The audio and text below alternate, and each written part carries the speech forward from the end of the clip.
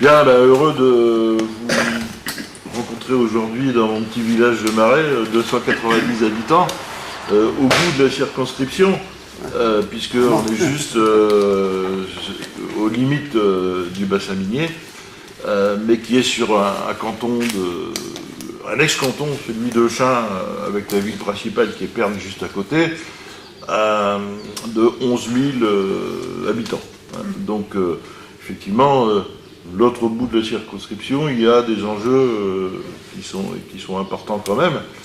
On a vu que cette circonscription-là, elle ne va pas être facile, mais on est là pour se battre pour gagner, toujours comme ça.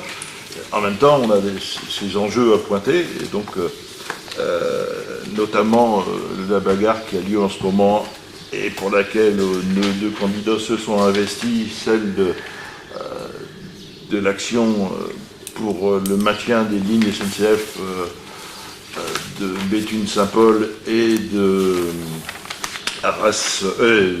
Saint-Paul-Étaples. On a deux gares concernées sur notre circonscription, celle de Pernes qui est juste à 2 km d'ici, et celle d'Anvin qui est sur l'autre ligne, Étaples-Saint-Paul. Donc après des enjeux aussi de services publics. Ici, la question des cartes d'identité sur lesquelles effectivement il y a déjà eu un travail de fait, mais Pernes n'a plus la possibilité. Donc les gens doivent aller soit sur Saint-Paul, soit sur Rochelle maintenant pour avoir la possibilité, et y compris en faisant 2 allers-retours, d'avoir une carte d'identité. Les services publics, effectivement, qui sont en déshérence. On transforme la Poste en une agence multi-service. Voilà. Ces questions de vue dans la ruralité avec soit les personnes les plus fragiles, les plus âgées ou les plus jeunes, sur les questions de transport de santé, c'est un enjeu important sur cet ancien canton, comme je pense sur la 6e circonscription. Je ne vais pas manger tout, donc je donne la parole vas-y, y a pas de problème. Peut-être à Patricia qui va un peu présenter la façon dont l'équipe de campagne travaille autour d'elle. Bien, tout d'abord, je vous remercie d'être venu. Moi, je suis contente de rencontrer certaines personnes, dont Serge. Je vois passer le nom sur les emails, mais voilà. C'est toujours plus sympathique d'avoir des visages en face de soi, voir qui nous rejoint ou pas. Oui, on a une équipe de campagne qui est quand même assez costaud, qui nous suit un peu partout, ne serait-ce que Gérard, Michel, Bertrand, forcément. Il est vrai que nous, on a axé notre campagne sur la fermeture des services publics en priorité. Parce que pour l'avoir faite de long en large, la circonscription est très grande, elle fait 110 km de pointe à pointe. Les villages sont très isolés les uns des autres, donc c'est vraiment une zone très rurale. Si on commence à fermer nos écoles, les bureaux de poste, en fait, moi j'ai l'impression qu'on nous emmène vers une désertification voulue. Pour nous implanter, pourquoi pas, dans les villes, dans des tours, ce qu'on ne veut pas. Si on a décidé de vivre à la campagne, c'est un choix qu'on a fait, mais on n'a pas pour autant envie d'être là, isolés et enfermés dans nos maisons. Ne serait-ce que par chez nous, sur 7 km, il y a 2 bureaux de poste qui ferment. Ils sont à 7 km de distance dans 2 villages, les 2 ferment. Une école va fermer. Le Crédit Agricole, qui n'est pas un service public, mais qui est quand même un service, va fermer dans le même village où on ferme la poste. Alors que dans ce village, on vient de faire un béguinage. Donc, cherchez l'erreur. Je ne sais pas comment vont faire les personnes âgées, ils ne peuvent pas courir à 10 km de là. Souvent, ils n'ont plus de moyens de transport parce qu'ils ne peuvent plus conduire pour une raison X ou Y. On a beaucoup de jeunes qui n'ont pas le permis parce que ou trop jeunes ou pas de boulot, donc pas d'argent pour passer le permis. Et on n'a pas non plus de service, de bus, il n'y a rien. Il n'y a rien, il faut qu'on se débrouille. Donc, c'est nous isoler encore plus, je pense. Donc, c'est bien beau les grandes villes, mais les grandes villes sur la campagne, elles ne vivent pas. Et nous, on n'a pas du tout envie de mourir, n'est-ce pas là? Donc voilà, on essaye vraiment de voir où il y a des gros problèmes de ce genre pour se battre avec ça, bien cibler les besoins, de se battre contre la fermeture des écoles aussi. Parce que les gens, maintenant, avec le regroupement, quelquefois, ils ont 3 enfants, donc c'est 3 écoles différentes. S'ils ferment l'école de village, les mamans qui ne travaillent pas vont passer leur temps sur les routes, et les mamans qui travaillent, elles ne verront plus leurs enfants, parce que c'est la nounou qui va charger tout. Là, la manifestation. Et on était à la manifestation, ouais. Pour la défense du 24 avril. Voilà. Pour la défense de la De la La gare, oui. De la gare. Enfin, des lignes. Donc on a deux de gares, la ligne, ouais. deux gares qui sont en cause, Ouais. en 20 bien sûr, et puis Berne juste à côté là. De toute façon, c'est notre projet, c'est notre but d'aller partout dans la circonscription, même si elle est grande, très étalée, voilà, pour rencontrer les personnes, parce que les problématiques sont différentes, que ce soit dans le Ternat ou à l'autre bout, au Cap-Griné, ils n'ont pas du tout les mêmes problématiques entre les pêcheurs et les gens du Ternat. Après, il y a le point commun de l'emploi, par exemple. La semaine prochaine, vous serez à Limbe et puis ensuite chez Argevigine, avec à la rencontre des salariés, des papetiers qui occupent leur usine. Ici, il y a des salariés de Forestia au Shell, parce que quand même, il y a un vrai sujet, même si on n'est pas dans la circonscription, mais on y a à juste quelques kilomètres. Il y a quand même un vrai sujet avec le devenir de cette entreprise, qui a failli fermer à un moment donné, qui a été réduite comme peau de chagrin à 150 salariés, là où il y a eu jusqu'à 1200 salariés qui travaillaient. Et il y a toute une bataille actuellement des salariés de l'entreprise pour dire à Forestia, on veut redévelopper l'usine, enfin, qu'est-ce que vous attendez pour que... alors que vous avez vendu le site de Marle, les mines à côté, à un moment où il y a beaucoup où l'industrie automobile se redéveloppe, redémarre, on pourrait redémarrer Forestia au Shell. Donc, Patricia et Alain sont allés à la rencontre des salariés. Ouais. Comme on a beaucoup de gens qui travaillent Ils chez vivent là. Arta ou Ingredia, quoi. Ouais. Voilà. Tout à fait. On est à 10 minutes, un quart d'heure maximum de route de grosses boîtes, quoi. Oui, tout à fait. Donc c'est vrai que même Erta, il y a des emplois, dans l'agroalimentaire, il y a des emplois, mais c'est beaucoup d'emplois précaires. C'est des intérimaires, c'est des petits contrats, quelques heures par-ci, par-là. Donc il faut défendre absolument ça, parce que les personnes qui vivent ici, ils vont travailler de l'autre côté, mais il n'y a pas d'avenir. Si on n'a pas d'emploi pérennisé, on n'a pas d'avenir. Vous défendez, c'est quoi pour la circonscription? Les grandes lignes de votre... Les grandes lignes, c'est au niveau... La ruralité, de toute façon, c'est Défendre moi, la ruralité. oui, parce que c'est une circonscription essentiellement rurale. Donc là aussi, ils défendent les structures publiques, déjà aussi l'école, les perceptions, la poste, tout ce qui structure Service public. qui structure une zone, quoi. Regardez ce problème des cartes d'identité qu'on ne peut plus faire dans toutes les mairies. Il y a des gens qui vont faire 50, 60 km 2 fois ou 3 fois pour avoir une carte d'identité. Bonjour.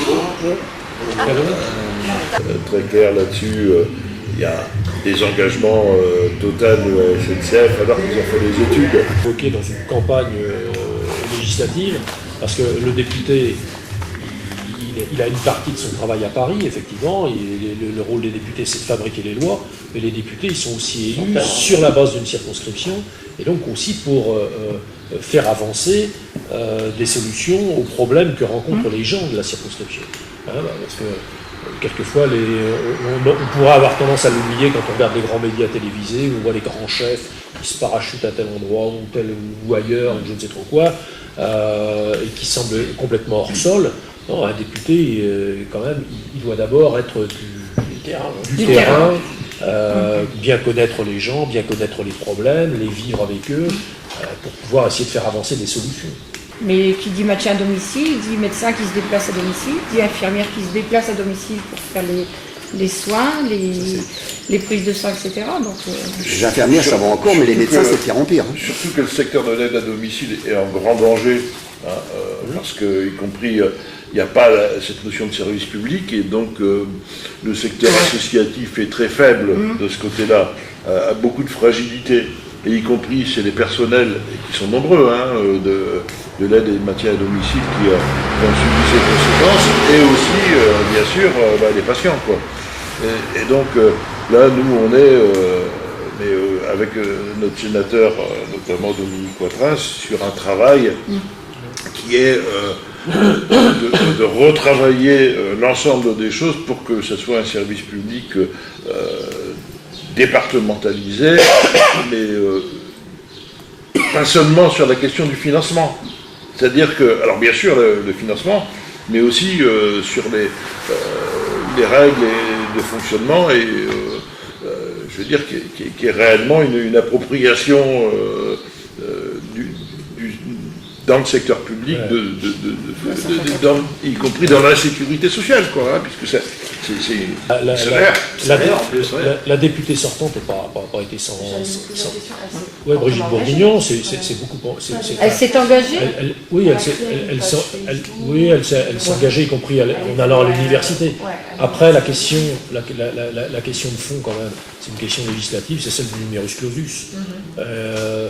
Tant qu'on maintiendra un numerus clausus extrêmement serré, on décourage naturellement les vocations médicales, on limite le nombre des médecins, des spécialistes, et paradoxalement aujourd'hui, beaucoup de jeunes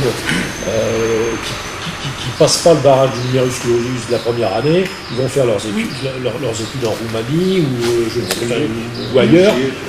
La formation n'est pas forcément du même niveau, et ensuite on les récupère en France. Il y a quelque chose qui ne va pas. Il faut revoir complètement la question du numerus clausus.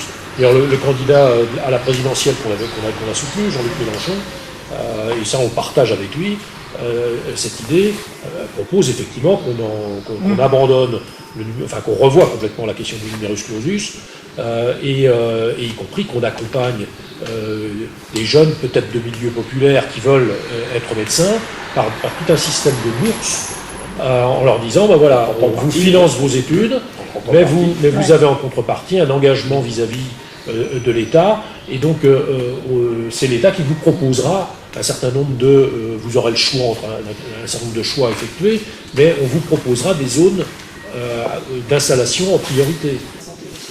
Bien sûr, bien entendu. Être vigilant aux fermetures de classes dans les villages.